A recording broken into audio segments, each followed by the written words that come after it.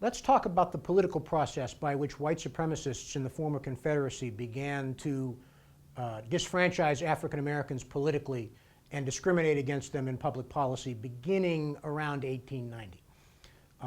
Up until the 1890s, there continued to be a substantial number of African Americans, at least theoretically, able to exercise a variety of public rights. African Americans still registered to vote, for example.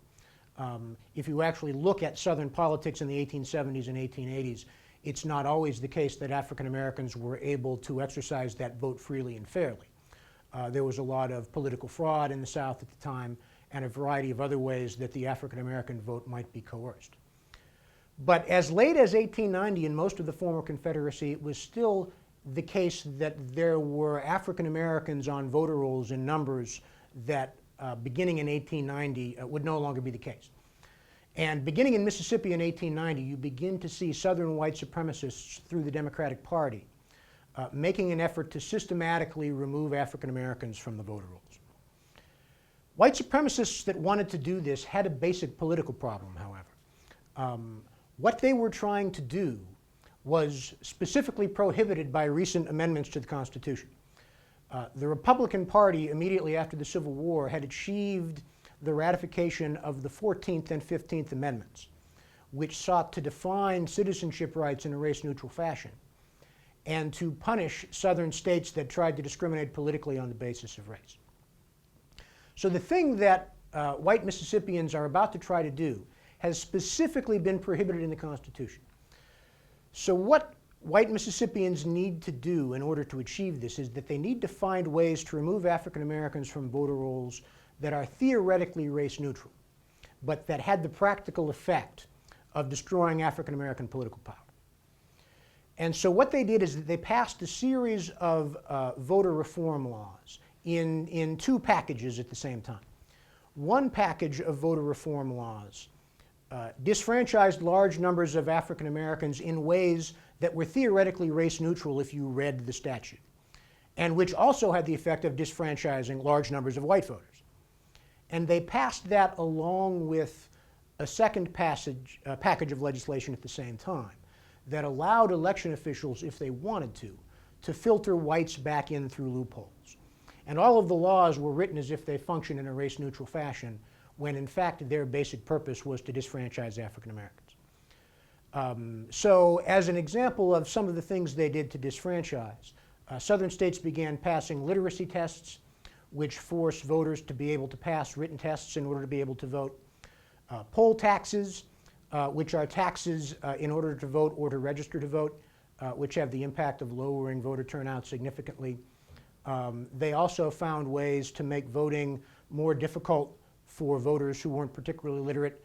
8-box laws, for example, were laws stating that each individual office required voting in a specific box, which meant that you had to have many slips of paper with names on them prepared correctly rather than just one big ballot that said Democrat or Republican on it, to make it harder for less literate voters to vote. And in states that were systematically underfunding education for African Americans, these were effective ways to reduce turnout. But it also disfranchised large numbers of poor white voters. And so they simultaneously passed loopholes that allowed election officials to filter whites back in if they so chose.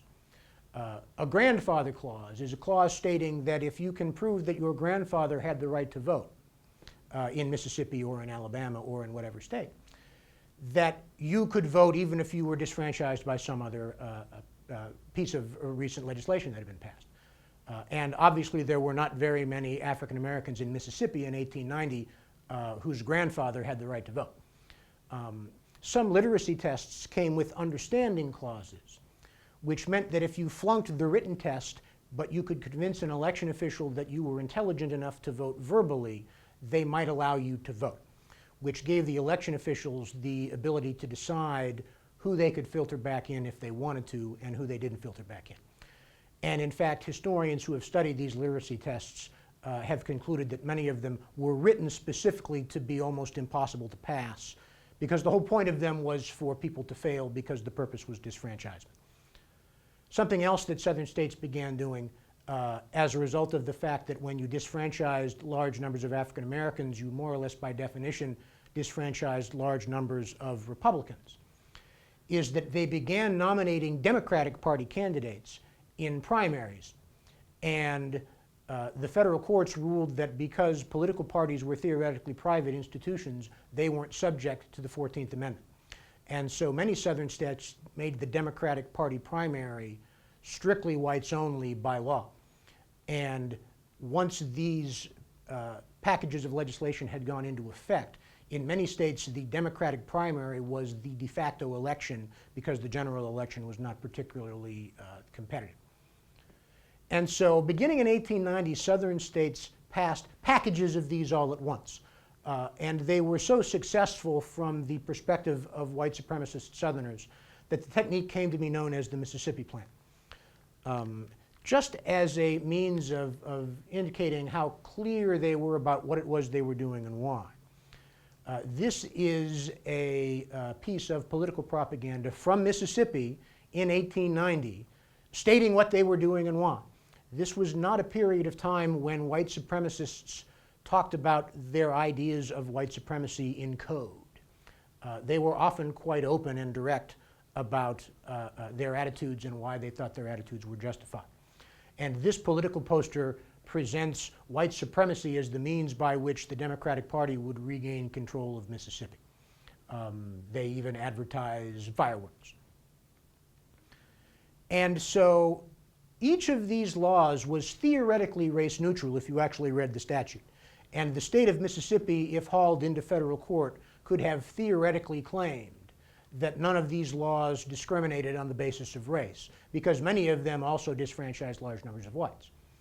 But as you can see from these numbers with respect to voter registration in Louisiana before and after their package of electoral reforms went in, it had the practical effect of removing virtually all African Americans from the political process. In 1896, there were still about 130,000 African Americans registered to vote in Louisiana. By 1904, about 1,000. That's a world where the Republican Party is no longer a practical day-to-day factor in state politics in Louisiana. And once you've removed African Americans from voter rolls, you also remove them from jury boxes, which made it easier for whites who committed acts of violence against African Americans to evade justice because of the decreasing likelihood that they would ever face African Americans in jury boxes. Southern states, after passing a series of these so-called electoral reforms, then moved on to passing laws that segregated the vast majority of daily life. These laws are frequently referred to as Jim Crow legislation. And you begin to see them on railroads and streetcars beginning about 1890. And then they spread widely to public life in the former Confederacy. And in particular, they spread in urban life. In many ways, these Jim Crow laws were most likely to be passed in areas of life that had recently been transformed by the changes in the city we talked about when we talked about iron and steel and railroads and the new modern city. And in the mid-1890s, the U.S. Supreme Court ruled that these rules did not violate the 14th Amendment. And in a court case called Plessy versus Ferguson, they ruled that facilities that had been separated by race did not violate the 14th Amendment as long as those facilities were equal. Now, in point of fact, if you actually examined these separate facilities in the former Confederacy in the 1890s, very few of them were actually equal. The whole point of this was to create obvious public signals about who had power and who didn't. But the Supreme Court agreed that these laws passed constitutional muster beginning in the 1890s. Let me make one or two further points about this combination of political disfranchisement and Jim Crow legislation in the 1890s. The first point I would make is that even though I've described these public policies largely in the former Confederacy, you get a lot closer to the lived reality of the 1890s if you assume segregation is national except for when and where you can find occasional exceptions in some northern cities. In the 1890s, the vast majority of African Americans continued to live in the former Confederacy, for example, and northern African Americans were a small percentage of the overall black population. Furthermore, there was a great deal of informal segregation in the North. It varied in time and place. You can find occasional examples of African Americans living lives that were integrated in ways that were impossible by law in the former Confederacy. We'll see some examples of that in sport. But for the most part, you are going to be more likely to be right more often if you assume, beginning in the 1890s, that American life is segregated, except in certain instances where you find counterexamples. The second point I would make about this, and we'll see some examples of this in the world of sport, is that it was common for white supremacist Americans in the late 19th century to talk about what they would call drawing the color line, which is a way of referring to whites asserting what they thought of as their political or social right not to associate with African Americans on certain circumstances.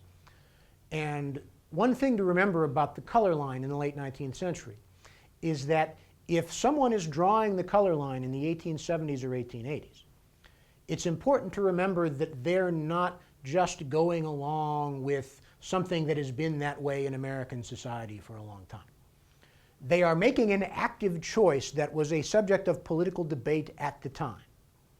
Remember that in the 1860s and 70s, some white Americans spent political capital trying to achieve a world where African Americans had at least some political and civil rights that they had lost in much of the country by the 1890s.